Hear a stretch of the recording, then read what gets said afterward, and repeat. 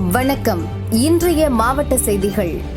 கொடைக்கானல் பூம்பாறை பகுதியைச் சேர்ந்தவர் ராமர், வயது 25, குதிரை மேய்ப்பாளர். அதே பகுதியைச் சேர்ந்தவர் ரகு, வயது 25, விவசாயம் செய்கிறார். ராமர் மற்றும் ரகுவிற்கும் ஏற்கனவே சாதி ரீதியான முன்விரோதம் இருந்ததாக கூறப்படுகிறது. அடிக்கடி இருவரும் மோதிக்கொள்வர். ஊர் பெரியவர்கள் சமாதானம் செய்து வைப்பதை வழக்கமாக கொண்டனர். சம்பவத்தன்று ரகுவின் தோட்டத்தில் ராமர் குதிரை மேய்ந்தது. அதை பார்த்த ரகு, ராமரிடம் உன் குதிரை எங்க தோட்டத்தில் மேய்ஞ்சிட்டு இருக்கு என கூறியுள்ளார். ராமர், அவரது நண்பர் பிரசாத், வயது 18, இருவரும் குதிரையை அழைக்க ரகுவின் தோட்டத்திற்கு சென்றனர். அப்போது ரகு தனது கூட்டாளிகளுடன் ராமரிடம் பிரச்சனை செய்துள்ளார். தொடர்ந்து இருவருக்கும் வாக்குவாதம் முற்றியது. கொதிப்படைந்த ரகு தான் வைத்திருந்த கத்தியால் ராமரை சரமாரியாக குத்தினார். ராமர் படுகாயமடைந்தார். பிரசாத்திற்கும் கத்தி குத்து விழுந்தது. இருவரையும் திண்டுக்கல் அரசு ஹாஸ்பிட்டலில் அட்மிட் செய்தனர். அங்கு ராமர் பரிதாபமாக இறந்தார். குற்றவாளியை கைது செய்ய கோரி உறவினர்கள் மறியலில் ஈடுபட்டனர்.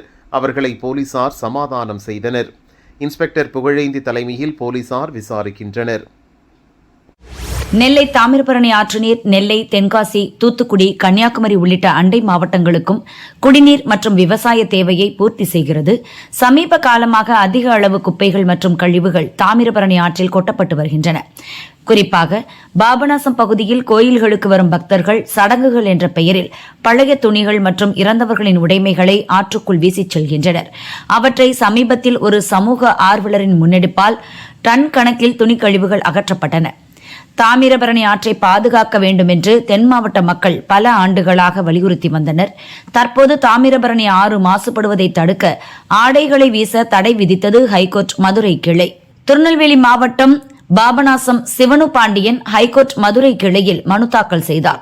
மனுவில் அம்பாசமுத்திரம் விக்ரமசிங்கபுரத்தில் உள்ள ஆனந்த விலாஸ் மண்டபத்தை ஆக்கிரமித்ததாக கூறி நீர்வள ஆதார அமைப்பு உதவி செயற் பொறியாளர் நோட்டீஸ் அனுப்பியுள்ளார். நோட்டீஸை ரத்து செய்ய வேண்டும் என்று வலியுறுத்தினார். நீதிபதிகள் GR சுவாமிநாதன், P புகழேந்தி அமர்வு விசாரித்தது. நீதிபதிகள் பிறப்பித்த உத்தரவில் பழமையான நினைவு சின்னம் மீது மனுதாரர் உரிமை கோர முடியாது. அந்த இடத்தை காலி செய்யும் மனுதாரருக்கு அதிகாரிகள் பிறப்பித்த உத்தரவு சரியானது. இத்துடன் பிரச்சினைக்கு முற்றுப்புள்ளி வைத்துவிட முடியாது. கோடிக்கணக்கான மக்களின் குடிநீர் தேவையை பூர்த்தி செய்யும் வற்றாத நதி தாமிரபரணி. இறந்தவர்களுடன் தொடர்புடைய பொருட்கள், ஆடைகள் சடங்கு முறைப்படி ஆற்றில் வீசப்படுகின்றன. அவ்வாறு ஆற்றில் ஆடைகள் மற்றும் பிற பொருட்களை கொட்ட தடை விதிக்கப்படுகிறது. இறந்தவர்களுக்கான சடங்குகள் என்ற பெயரில் தாமிரபரணி ஆற்றை மாசுபடுத்துவதை தடுக்க மாவட்ட நிர்வாகம் உடனடியாக நடவடிக்கை எடுக்க வேண்டும். மீறினால் சம்பந்தப்பட்டோர் மீது சட்டப்படி தண்டனை வழங்கப்படும். மாசுபடுத்தினால் அபராதம் விதிப்பதற்கான தீர்மானங்களை உள்ளாட்சி அமைப்புகள் நிறைவேற்ற வேண்டும். மேலும் ஆற்றில் கரைக்கப்படும் அஸ்தியை சுடப்படாத மண்பானைகளில் கரைக்கலாம் என உத்தரவிட்டு வழக்கை முடித்தனர். ஹைகோர்ட்டின் இந்த அதிரடி உத்தரவால் தாமிரபரணி நதிக்காக போராடிய சமூக ஆர்வலர்கள், தன்னார்வலர்கள் மற்றும் பொதுமக்கள் மகிழ்ச்சி அடைந்துள்ளனர். மலைகளின் அரசு என அழைக்கப்படும் நீலகிரி மாவட்டம் ஊட்டி கடந்த சில ஆண்டுகளுக்கு முன்பு தூய்மை நகரம் என விருது பெற்றது. தற்போது ஊட்டி நகராட்சியில் கமிஷனர் மற்றும் உயர் அதிகாரிகள் பொறுப்பில் இல்லை. மேலும் தூய்மை பணியாளர்களும் குறைவாக உள்ளனர். இதனால் குப்பைகள் அகற்றப்படாமல் சாலைகளிலும் வீதிகளிலும் மலை போல குவிந்து கிடக்கிறது. தூய்மை நகரம் தற்பொழுது குப்பை நகரமாக மாறி வருகிறது. தொடர்ந்து இதுகுறித்து பொதுமக்கள் புகார் அளித்தும் குப்பைகள் அகற்றப்படவில்லை. ஊட்டி நகராட்சி அலுவலகத்தில் இன்று மாதாந்திர நகரமன்ற கூட்டம் நகரமன்ற தலைவர் வாணீஸ்வரி தலைமையில் நடைபெற்றது.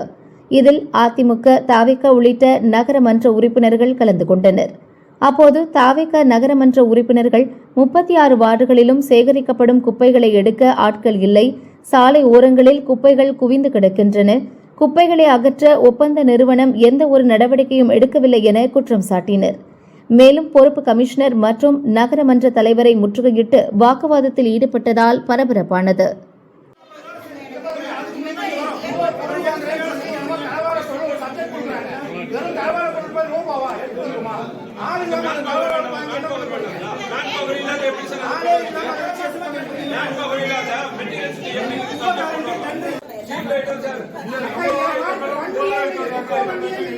3 மாசமா என்னுடைய வாழ்க்கை போட்ட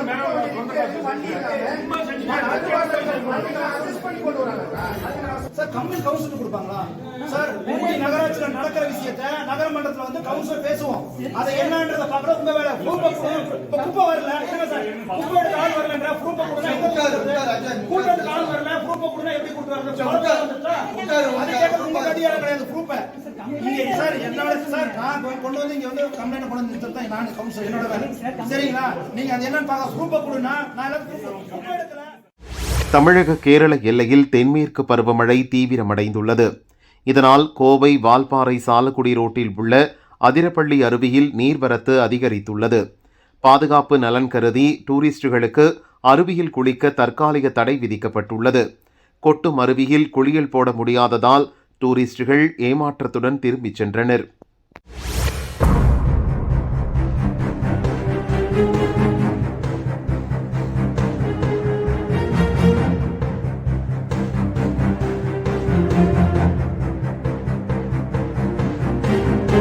சென்னை ஆர்கே நகர் மேயர் வாசுதேவ் தெருவைச் சேர்ந்த பொதுமக்கள் 50க்கும் மேற்பட்டோர் மின்வெட்டை கண்டித்து வள்ளலார் சாலையில் இரவு மறியலில் ஈடுபட்டனர். கடந்த 5 நாட்களாக தொடர் மின்வெட்டு ஏற்படுவதாகவும் மின்வாரிய அலுவலகத்தில் புகார் அளித்தும் அதிகாரிகள் கண்டுகொள்வதில்லை என வேதனை தெரிவித்தனர். அவர்களிடம் அந்த பகுதியில் உள்ள தவிக நிர்வாகிகள் பேச்சுவார்த்தை நடத்தினர். இதற்கு முன்பு இதுபோன்ற பிரச்சினை இல்லை, தற்போது ஏன் இந்த பிரச்சினை? 5 நாட்களாக மின்சாரம் இல்லாமல் அவதிப்பட்டு வருகிறோம். மின்சார கம்பம் நட தோண்டப்பட்ட பள்ளத்தை கூட மூடவில்லை.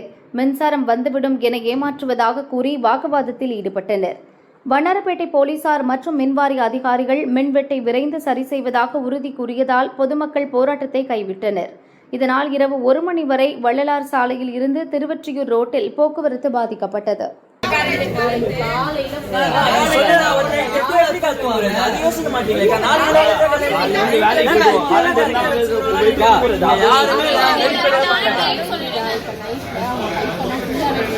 நம்ம லைன்லயே மாத்தறோம். சரி ஃபுல் லைன்லயே அதெல்லாம் எங்களுக்கு இப்ப டைம் கொடுக்குறோம். நான் என்ன கேக்குறேன், நாளைக்கு என்ன டைம்க்கு எங்க ரெடி பண்ணிக்கலாம். காலையில 10 மணிக்குலாம் 10 மணிக்கு வந்துரு. நான் நைட் போயிட்டேன். சரிக்கா அக்கா நாளைக்கு ஒன் டே தான். இதுக்கு அப்புறம் கரண்ட் கட் ஆகாது. இப்போ என்ன பண்ணலாம்? கேரண்டி கொடுக்குறீங்களா? சரி இப்போ என்ன பண்ணலாம்? அது பைல வர மாட்டேங்குது. அது மட்டும் பண்ணி கொடுங்க. இன்னைக்கு நைட் நாங்க போட்டுறோம். நீ நாங்க போன் பண்ணோம். சரியா இல்லையா? சுவிட்ச் போர்டு போட்டு போறீங்க.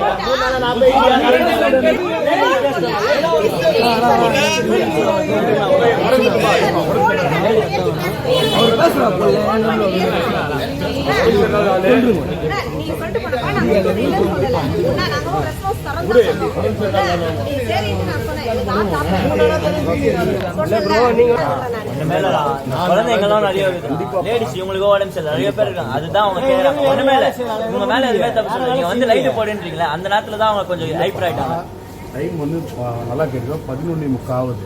அவங்க சாப்பிட்டு பத்துருவாங்க. சரியா? 11:45 24 hours.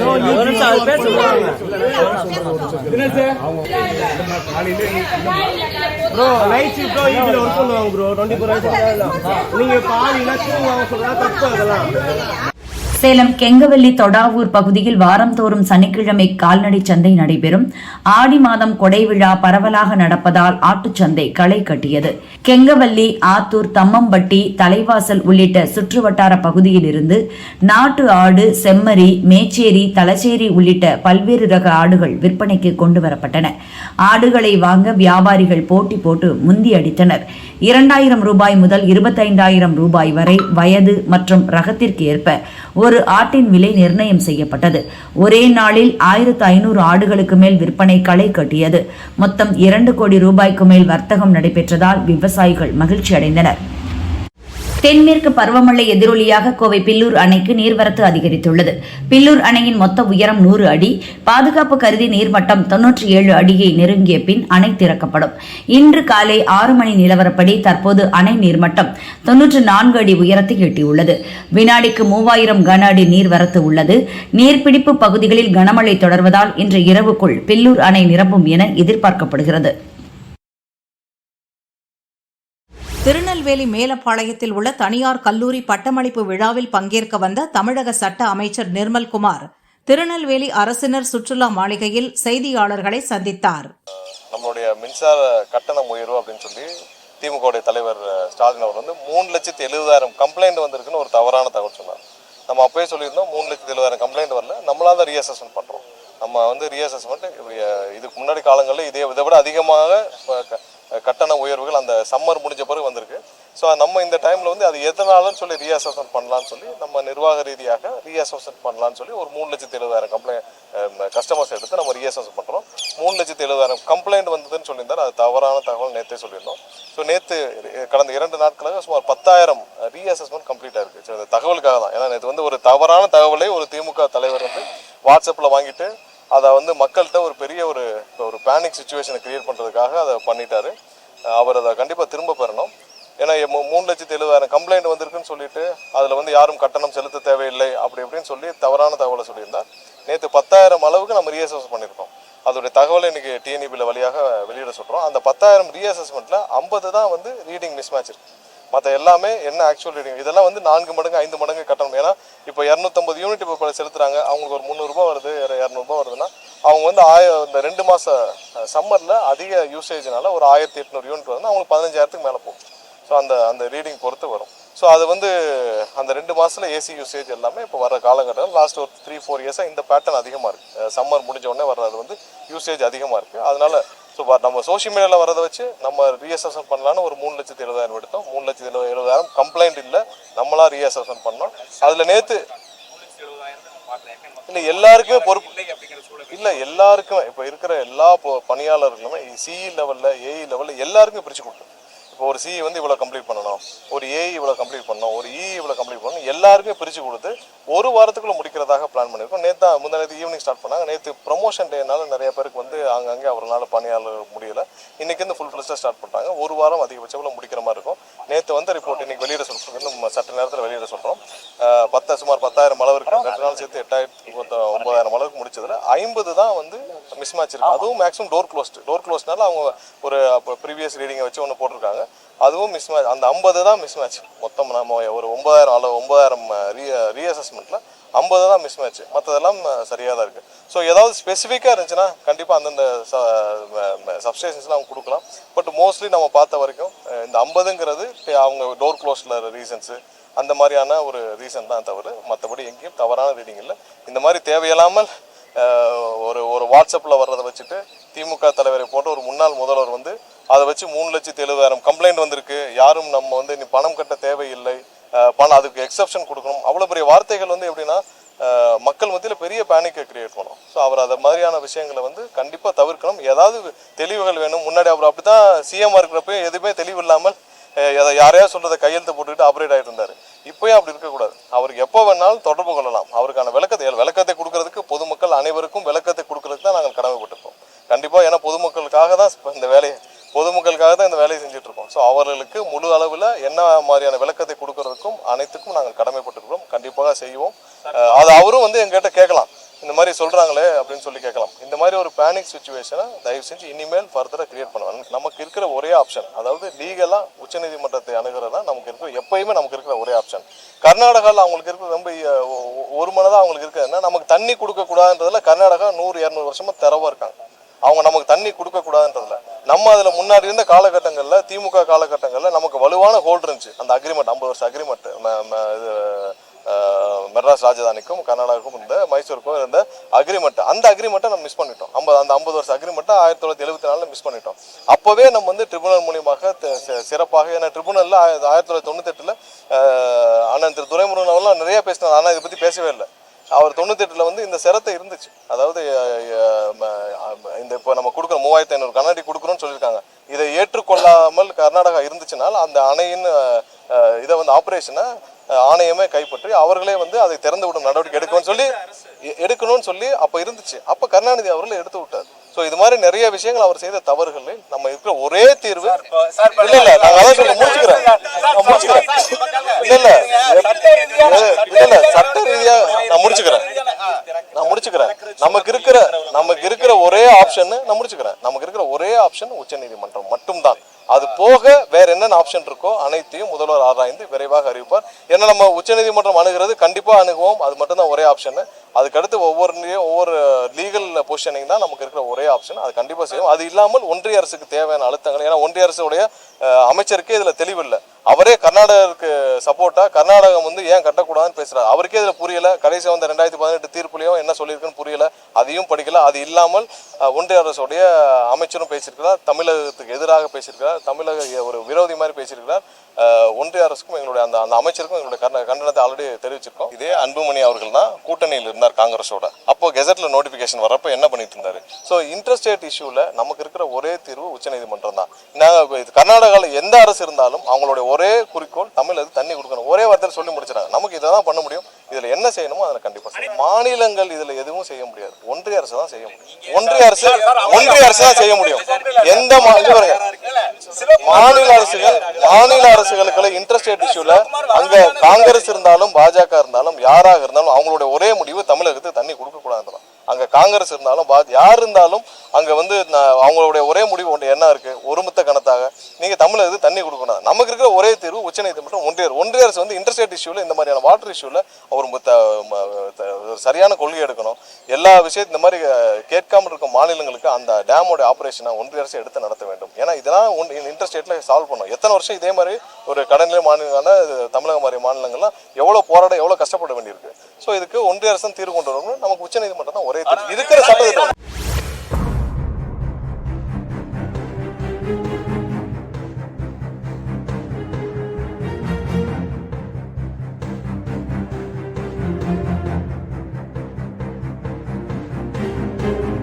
தென்காசி மாவட்டம் ஆழ்வார்குறிச்சி அருணாச்சலபுரத்தை சேர்ந்தவர் முருகன், வயது 55, வடமலை சமுத்திரம் பகுதியில் தோட்ட காவலாளியாக பணிபுரிந்து வந்தார். தோட்டத்தில் பணியில் இருந்த முருகனை கரடி ஆக்ரோஷமாக தாக்கியது. படுகாயமடைந்த முருகன் சம்பவ இடத்திலேயே இறந்தார். ஆழ்வார்குறிச்சி போலீசார் மற்றும் களக்காடு முண்டந்துறை புலிகள் காப்பக வனத்துறையினர் முருகனின் உடலை மீட்கும் முயற்சியில் ஈடுபட்டனர். தாக்குதல் நடத்திய கரடி ஆக்ரோஷமாக அப்பகுதியிலேயே சுற்றி வந்ததால் முருகனின் உடலை மீட்பதில் சிக்கல் ஏற்பட்டது. கூடுதல் வனப்பணியாளர்கள் சம்பவ இடத்திற்கு வரவழைக்கப்பட்டு 3 மணி நேர போராட்டத்திற்கு பின் முருகனின் உடலை மீட்டனர். அசம்பாவிதங்களை தவிர்க்க வனப்பகுதியிலிருந்து வெளியே வரும் கரடிகளை கூண்டு வைத்து பிடிக்க வனத்துறையினர் தீவிர நடவடிக்கை எடுக்க வேண்டும் என பொதுமக்கள் வலியுறுத்தினர்.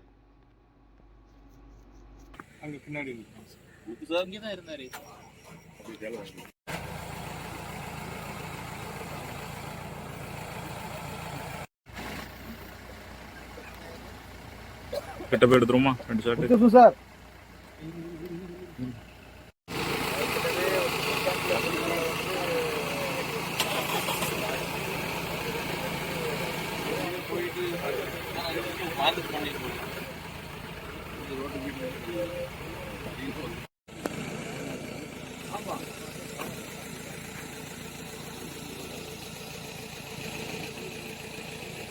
இங்கே இருந்து இங்கே இருந்து மணிக்காடு வரைக்கும் டெய்லி உள்ள போயிட்டு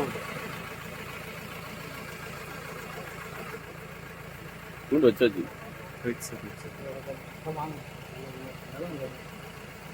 பாடி இங்கே தான் நடந்துச்சோம்.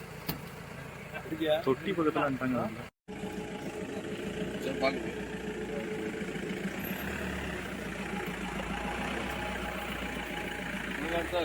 அதுதான்ண்ணா நம்மளுடைய திருப்பி ஓட்டுமா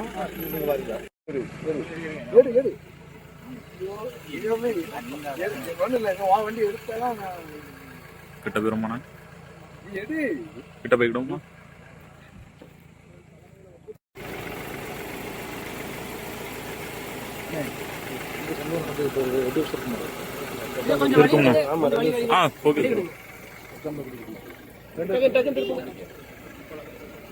ரொம்ப நேரம் நிக்க வேண்டாம். Right sir, right sir. நாங்க உள்ளதான் வரணும். வர யாரா ஏத்தியாச்சோ ஏத்தியாச்சோ இப்போ பாடி ஏத்தியாச்சோ.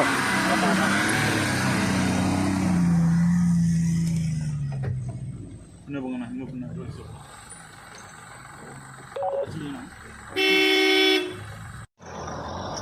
நில்லுடா, அந்த வண்டி போயிட்டு இல்ல.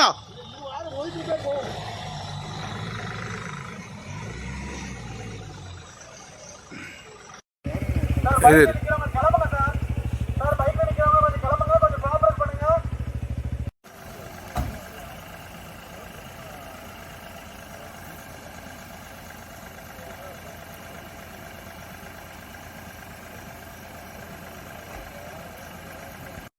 கிளம்பா கிளம்பணுமே.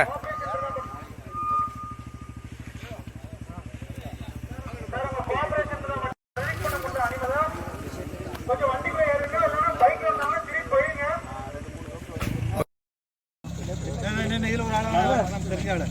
தெரிஞ்ச ஆள ஒரு ஆளா போச்சு. ஒரு தெரியும்